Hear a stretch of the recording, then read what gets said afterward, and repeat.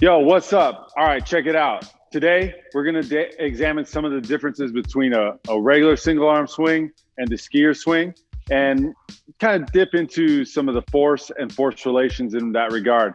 Roger, without a further ado, hopefully people stuck around because at the end, we're going to blow your mind. So you got to blow somebody's mind at the end, okay? Let's Um, do this. well, first of all, I don't condone forced relations at all. That's fair. That's fair. So I we consent don't. to this. We not only do we not endorse that, but we condemn that. Yeah. Just to be clear. So let's get started. Let's get started with some one arm swings.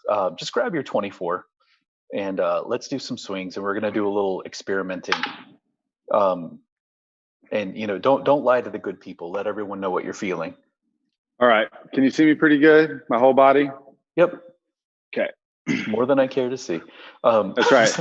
Well, I'm feeling really charged up because I took a nap before we did this, but yeah, should I start? Yeah, let's go ahead and let's do 5, just regular one arm swings the way you usually do them.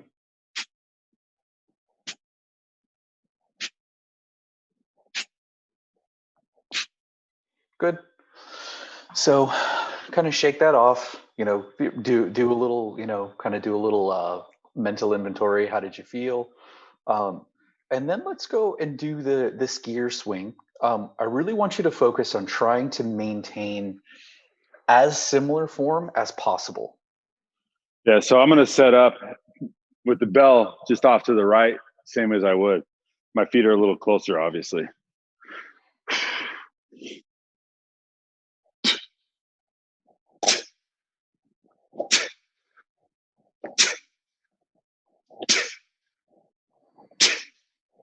I don't know how many that was.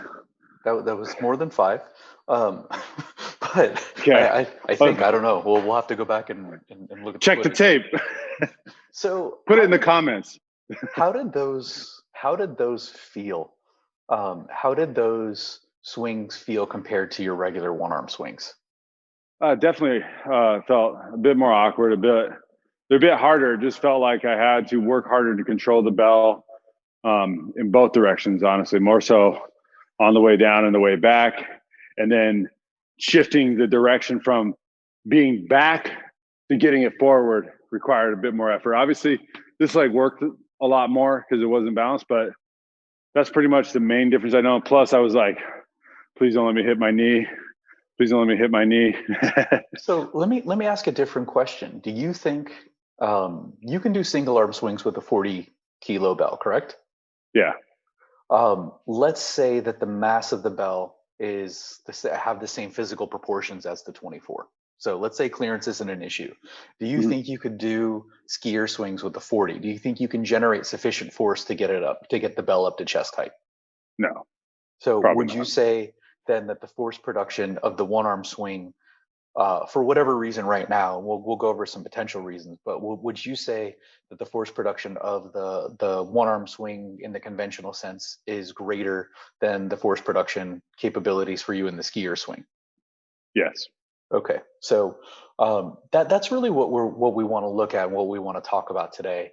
And I want to throw a few ideas out there. There are probably some people who have the equipment and can do the math. I'm not a physicist. You're not a physicist. We know some rudimentary rules, and that's really what we want to go over is really just kind of peek behind the curtain, tinkering with moves and trying to figure out what the differences are. So when we look at the one arm swing, conventional versus the skier, there are two significant factors. At least there are other things, but one, we need to look at our balance. So obviously your stance is much wider, even though it's not wide, it's wider in the one arm swing.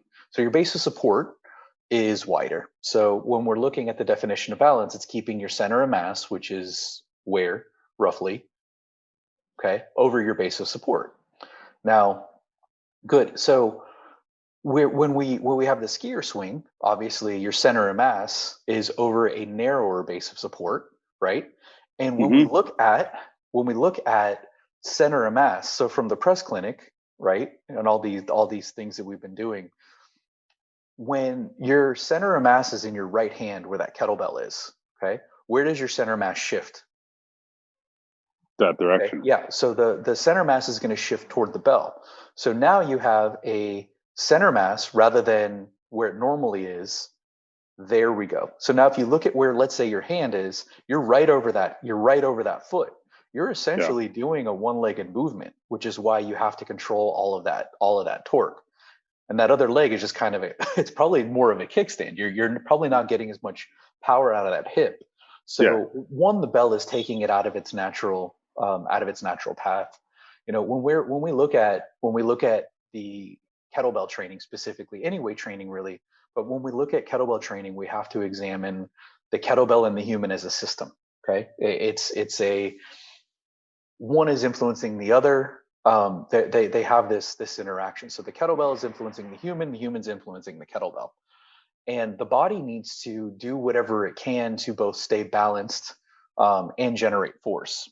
So in this case, you have a pretty significant shift with center mass. You're pulling more of your weight toward one leg, and rather than having the musculature for both legs in an optimal position to produce force, you're probably only getting and probably not even full contraction, but you're probably only getting um, uh, the bulk of your force is coming from one leg. And so obviously that's going to have that's going to result in much less force. Now, another thing that I think is interesting that we have to think about is the relationship between force and time and distance. Okay, that's these are kind of some things when you look at the formulas. And to be clear, that's what I do when I go over physics because I don't know math.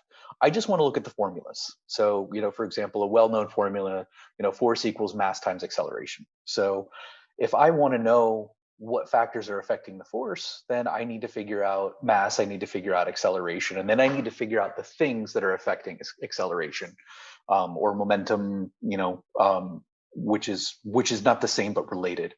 So we're looking at time and distance.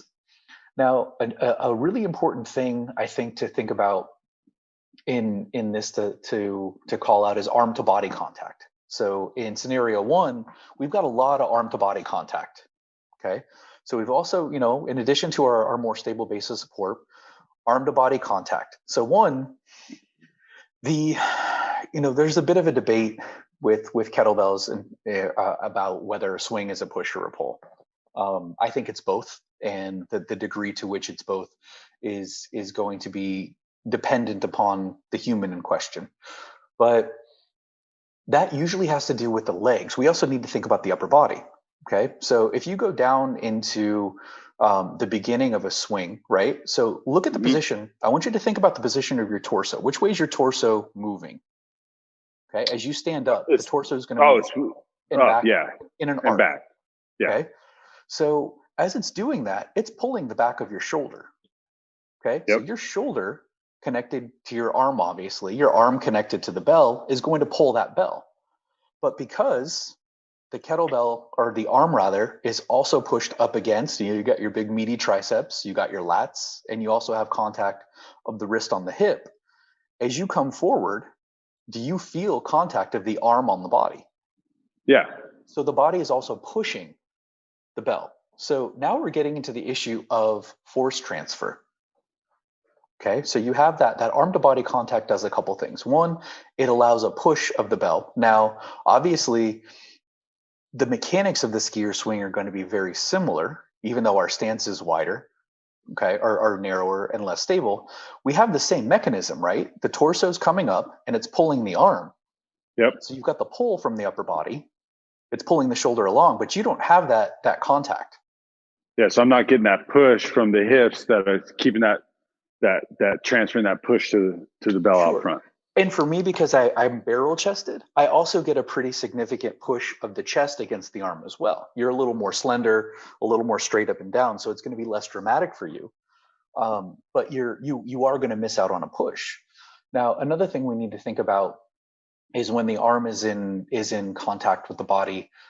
We need to think about just generally how force is transferred. Okay, so when we're going into our normal swing with the arm to body contact here, okay, so we're generating force. Our big force generators are legs. quads, hips, all that good stuff, glutes, boom. Okay. So that's what's generating the force. Now, how long does it take the force to get to the kettlebell in the one arm swing, the standard one arm swing?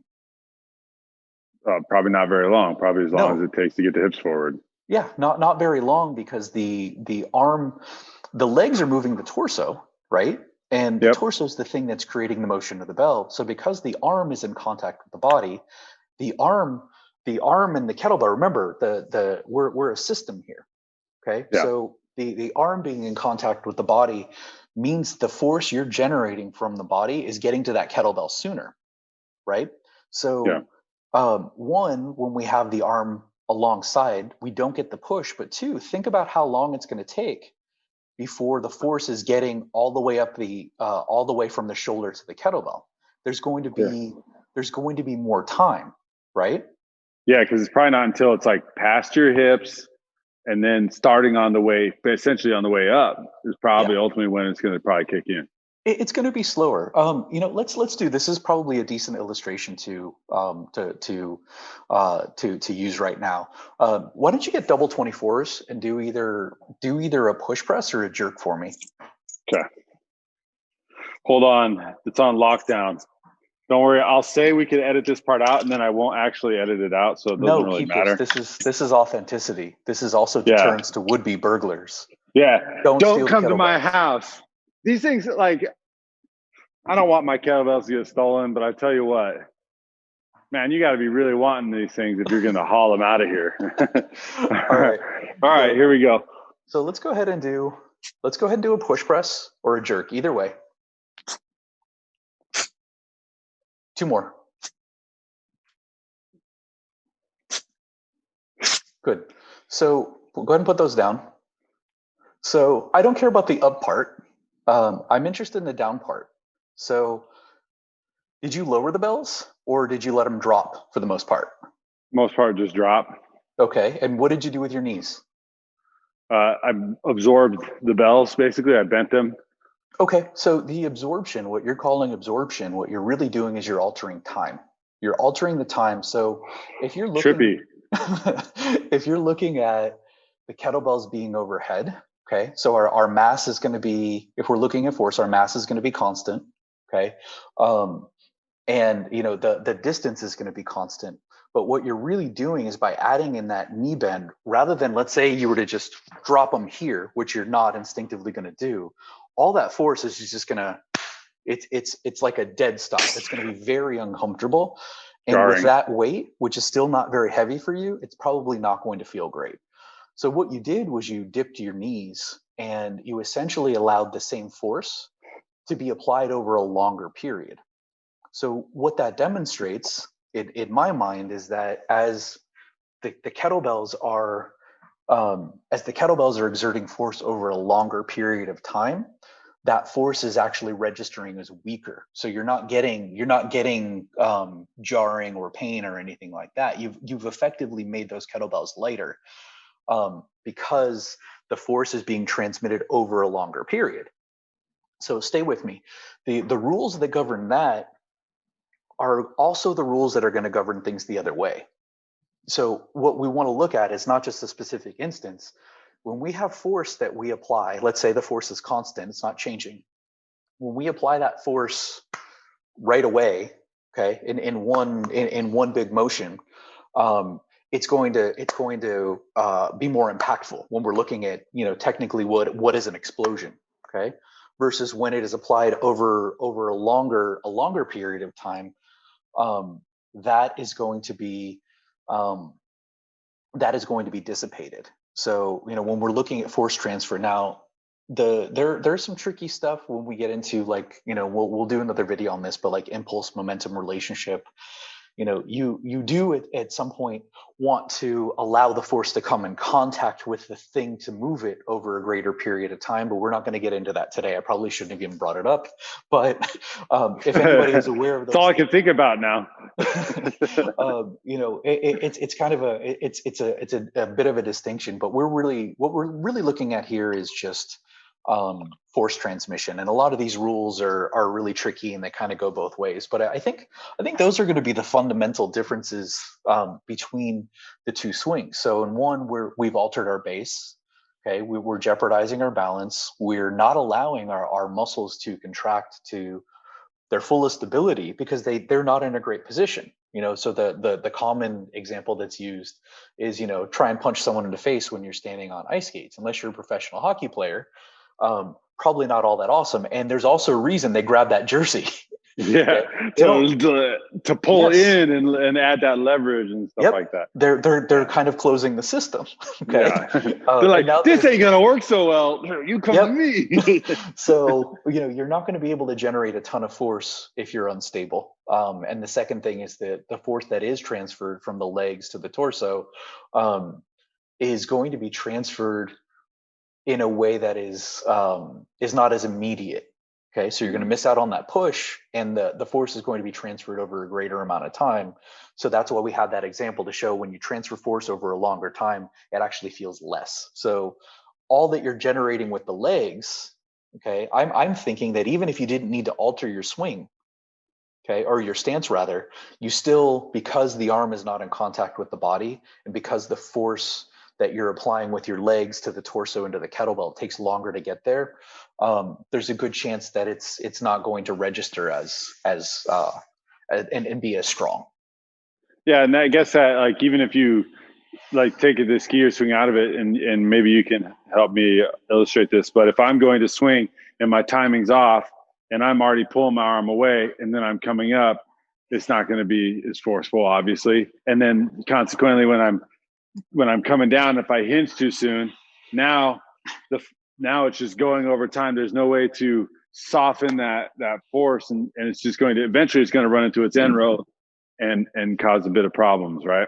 Yeah, you generally want to have when you're creating an impulse and you're getting things to move, you want to have the arm, or the kettlebell in this case, in contact with the thing generating the force as long as possible. Okay, because that way you're going to transfer more force. But that also works on the way down. Okay, you want the arm in contact with the body as long as possible, because it's going to help you. It's going to integrate that kettlebell into your body, and is going to catch it. Yeah, basically it's going to slow it down over a period of time. So if you were not to go back fully into the acceptance phase of the swing, so let's say you let your arm hit the body and you don't go backward, that all of that force is going to hit you right away. But as you go back, you're doing the same thing as that knee bend. Okay, you're allowing that force to be applied to your center mass over time, rather than in one big explosion or collision, rather. And it's going to feel a lot better. And there are also some other good things that are going to happen. But I think we've gone on a bit. Long story short, keep that arm to body contact in the things you do, and it's probably applicable to many of the kettlebell skills that we do. Correct? All right. Certainly with the ballistics, I would say so. Hold on. I thought I was going to sneeze. No, I got to sneeze. I'm going to mute it. I'm going to be a real professional. I'm not sneezing in this video. All right. So I promised something to blow your mind here at the end. So, all right, I'm going to show it to everybody again. And this is pretty simple. Okay. So count with me. 1, 2, 3, 4. 1, 2, 3, 4. This timing drill will change your swing, especially if you have the patience to wait for the timing. All right. Well, if that's all, Roger, hey, go ahead and please give our video a like, because if you like us, we'll like ourselves. That's not true. We feel pretty confident in ourselves. But if you like it, you can see more of it, and we hope that you do. Stay strong.